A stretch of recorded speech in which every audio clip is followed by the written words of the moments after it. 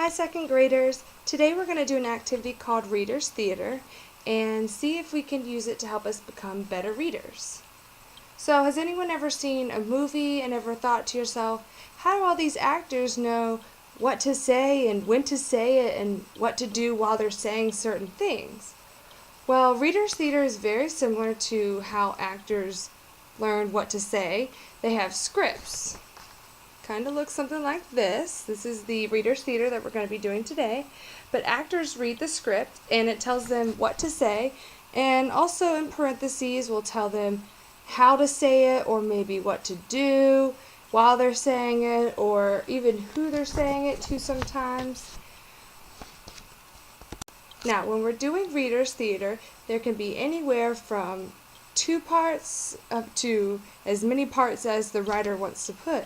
So for each character, we need to have a different voice. That way we can tell different characters apart, right? And also when we read, we need to follow what the writer has given us. So in addition to things that are in the parentheses and tell us what to do, there's also things that we've been talking about, like ending punctuation, like question marks or exclamation marks. We've been talking about those and what they mean. Anyone tell me what an exclamation mark means? You're right, it means we're excited or something.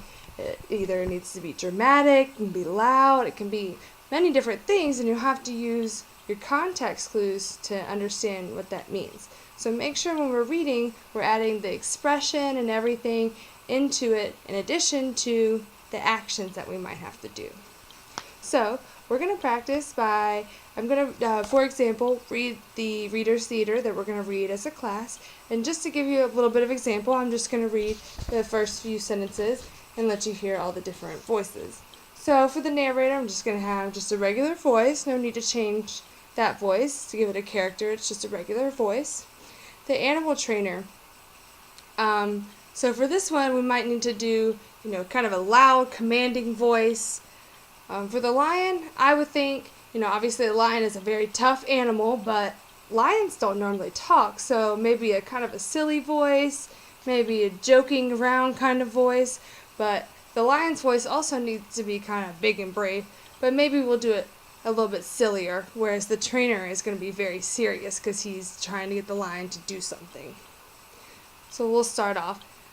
Ladies and gentlemen, welcome to the world-renowned Lion Training Act.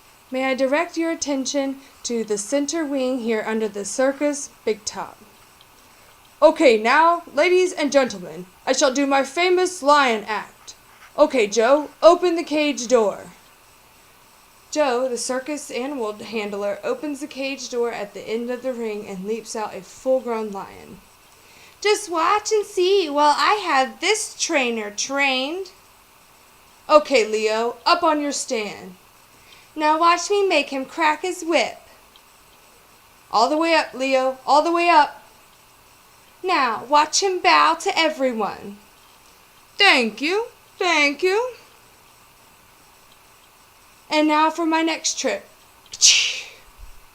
So as you can see in the first few lines of this, we've got the lion who is making fun of the trainer and actually kind of mocking him and saying, I know what he's about to do next.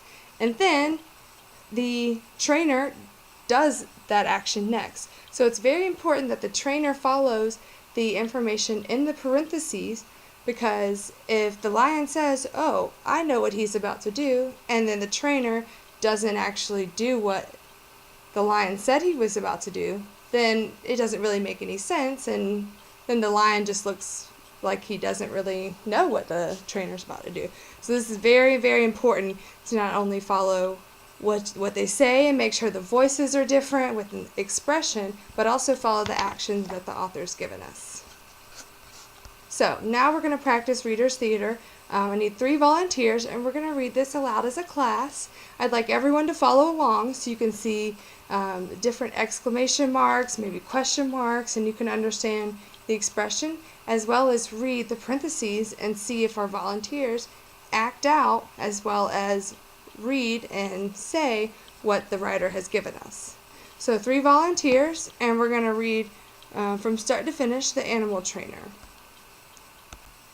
So, now I don't know if you noticed, but the first time when I read the first few lines of our Reader's Theater, it wasn't perfect, but the more and more you read the script, or, this is still considered a script, even though it's not as long as a movie script, the more you read it, the better you get, just like actors do.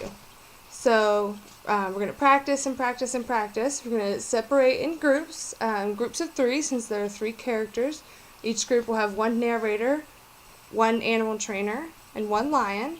Or if we have a couple extra people, we might need to do a group of 4, and we'll have, for example, 2 narrators, and they'll read the part together. So everyone go ahead and divide in groups of 3, and we're going to practice reading the animal trainer. Again, a couple things I want everyone to keep in mind when we are reading the animal trainer as a group is to make sure the voices are full of expression, and they shouldn't just be regular voices unless you're the narrator.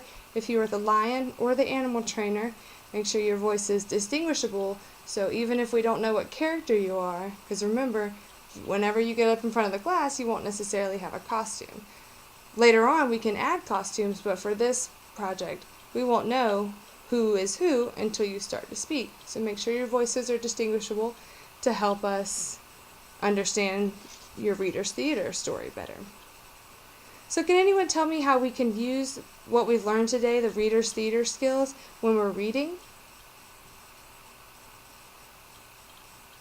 Exactly. When you're reading, you can give the different characters in your book different voices, and it can help you understand better, oh, this character said this, and this character said this. This will help you comprehend better and will help you understand the story and better retain the information. You can pretty much act out everything in your head and make the book a movie in your head. So we've learned how Reader's Theater can help us become better readers, but can anyone also tell me what the purpose of Reader's Theater is? Right, the purpose is to read a regular text but add expression and make it interesting and be able to distinguish different voices and different characters to increase our comprehension. Alright, thanks guys.